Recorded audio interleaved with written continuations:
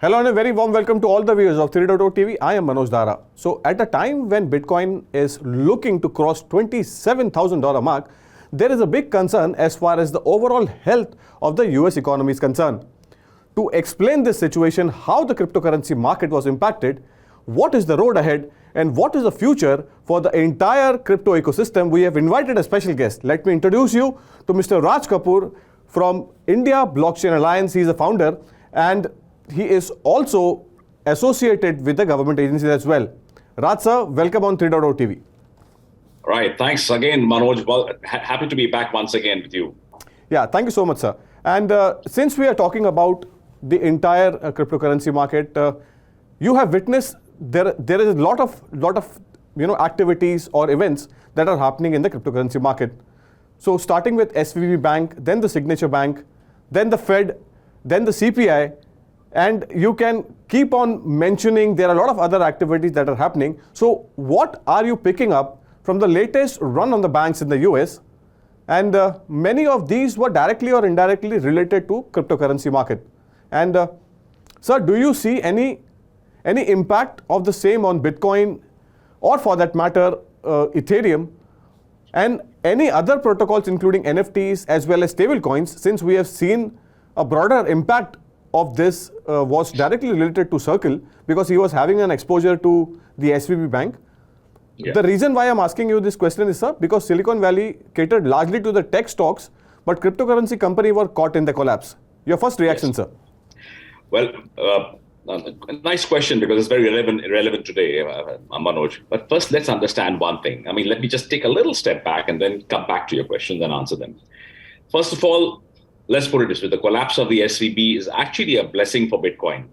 A lot of us, in this space, actually, I call it what is known as a Cyprus crisis. It's in 2013, I don't know how many of us know that there was a crisis in Cyprus that basically underscored the flaws in the fractional reserve system, which is exactly the problem what happened now. Exactly. And this actually brought the spotlight, should I say, to the decentralized, censorship resistance BTC or cryptocurrencies as a great hedge against centralized banking. So if you really look at it, 2013 was a watershed moment, and this is going to be the next. Now, the 18th largest national bank in USA wraps up almost overnight. That's really scary. If you look at it also, the federal, their rate hike, their balance sheet reduction, causing this huge and very historic bank failure is a matter of concern. The crisis began early, we all know that, and that went, Signature went. What does it mean? It means a hell of a lot of things for a lot of different people. For me, it means it's a very simple thing. It's a live demonstration. It's a live actual case study that money is at risk in the hand of a third party. Exactly. I've always been advocating blockchain, and blockchain basically means peer-to-peer, removing the third party. Here we have an example. When people talk about, oh, crypto is bad. I mean, there are good and bad players in everything. Centralized, decentralized, everywhere. I'm not going to say no, they're not. But look at it. Companies and individuals are basically, we are all preconditioned to suppose that bank deposits are safe. Everybody's taking care of it. There are a lot of layers and compliances, but it's not. It's actually in the hands of a third party. Exactly. And if you have a third party, anything can happen. If you look at this word, the word crypto, the word itself has got everything. It comes from the Greek word meaning hidden or secret. In today's digital age, crypto and blockchain technologies are actually enabling digital scarcity and privacy, and that's what's required.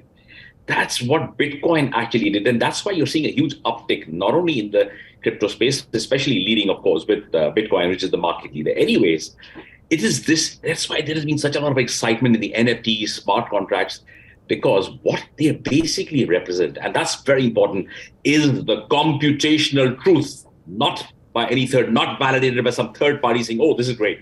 It is by in itself the truth. And that is what the need of the hour has become now.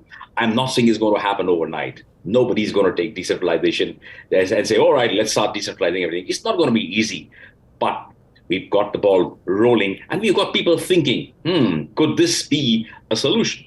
So my friend, that is the answer to you.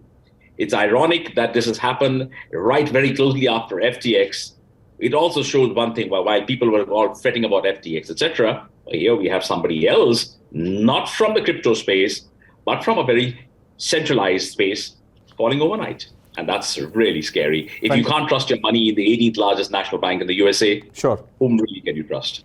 So you cannot trust your money with any bank. That's the word coming in from Mr. Raj Kapoor. But my follow-up question to you, sir, you mentioned about Bitcoin and the technological advanced, how Bitcoin is technological advanced. So my next question is how this technology can help such sectors, such as financial sector, in avoiding a situation like SVB Bank. So we are clearly impacted by this movement, by the SVB movement, followed by the Silvergate. And do you think so, sir, this blockchain technology can help the entire sector to come out, or they can at least foresee any occurrence of such situations, sir? See, let's first put it this way. I mean, blockchain is not any silver bullet. It can solve a lot of problems, not all the problems. At the end of the day, there are a lot more other factors. But let me just explain to you, the popular media interpretation for the collapse of FTX, Celsius, etc., trying to show how risky crypto is. Basically, this is now reinforcing that it's not as bad as we think it was. Now the crypto business is being impacted by central bank policy and bank mismanagement. The narrative is going to take a full circle. It's no longer the crypto companies were banking with a centralized bank, right? Whether it's Avalanche, Circle, BlockFi, so many of them. Now that is something which we need to really worry about. Where does the traditional crypto company go, or where does the much ostracized, much criticized traditional company go if it can't bank with a normal bank? Now it's become really clear that many of crypto's problems have been actually really overwhelmingly caused by the fragility in the traditional financial system. And don't forget that 2008 was a watershed moment when Satoshi actually published his paper, and Lehman Brothers and all crashed as well. That was a watershed moment. Could this be a watershed moment? I think so. Although authorities have stepped in pretty fast here, I think they've learned their mistakes from the past, that you've really got to step in fast, otherwise there will be a cascading effect all across. That's a good start, thing which has happened. But what's not really good is it hasn't fixed the problem. It's just stopped the leak now. It's not going to fix the problem like this. This is just a stopgap arrangement. So, banks have always been traditionally a very strong power by itself, an institution. Well, you also know that last year, so many things happened, Celsius, this, that, the other. But remember one thing, the decentralized environment, ecosystem, it gets up, it licks its wounds, learns from its mistakes, and moves on, unlike the centralized systems. With every iteration, with every time there is a problem, it becomes only stronger. And that is something which is not happening with the financial traditional systems. That's not happening. This is completely opposite of the traditional financial system. As soon as the bank goes down, it impacts not just the bank, a wide array of businesses and thereby the economy. This is one of the biggest differences. The decentralized space takes care of itself and fixes itself and becomes stronger.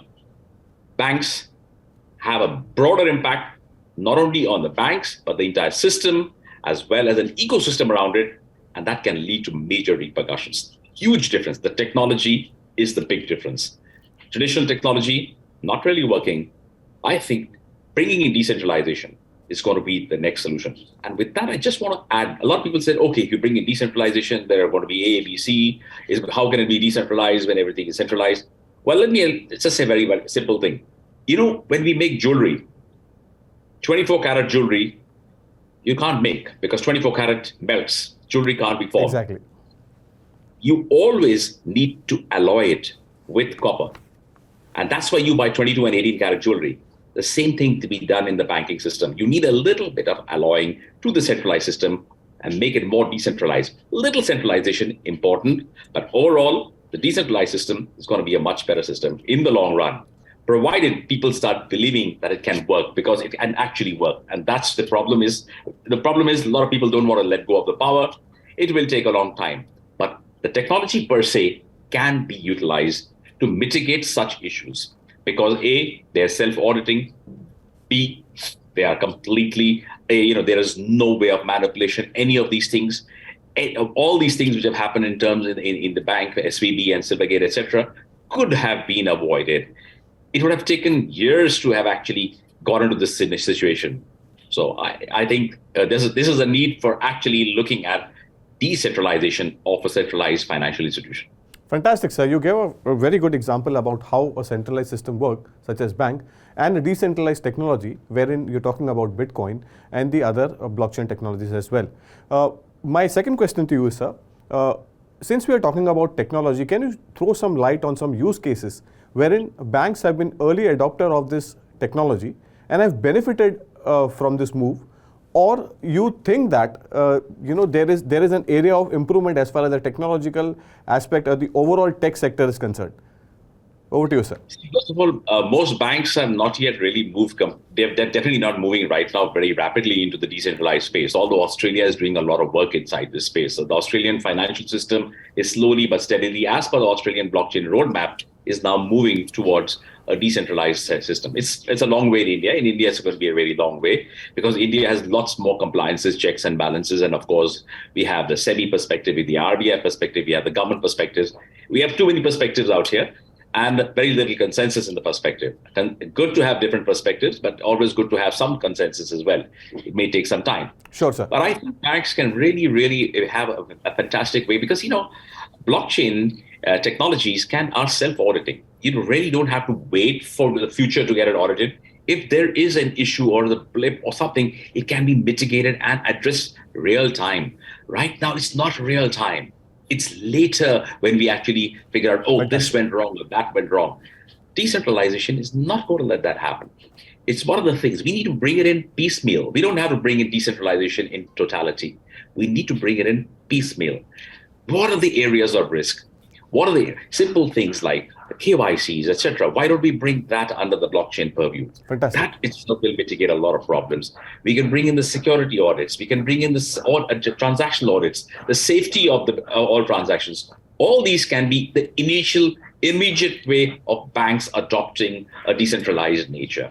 Well, lots more happens there. The RBI itself, when it's testing out the CBDC, it is contemplating blockchain as the platform to run it on. They haven't finalized it, but that's a good step in the direction that we are contemplating the use of a new age technology for a new age banking financial sector. Sir, first of all, congratulations. You were leading a team of 50 members to receive the London delegates in the London government. And my third question to you, sir, there are a lot of, since you are directly associated with the India's governing council, so how things are shaping up as far as India is concerned when you talk about blockchain technology and the other aspects of the Web3 space?